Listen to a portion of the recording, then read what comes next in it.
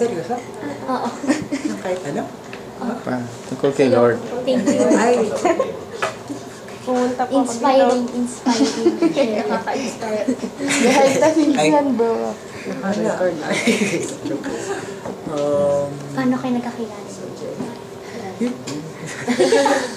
siguro share ko na lang yung binigay niya siguro ng chance sa akin ngayong summer. Kasi since before po kasi nag-aaral ako sa music world since nung grade 3 ako until now. So, bali natapos ko na po yung voice lessons ko dun. Natapos ko na lahat ng level. So, hinihingi ko na lang is yung chance na magturo dun sa music world mismo.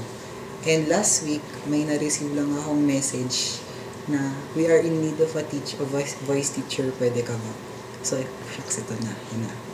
So, yun. Siguro, inisip ko na lang, chance ko yun, binigay ni God. Kaya, yun.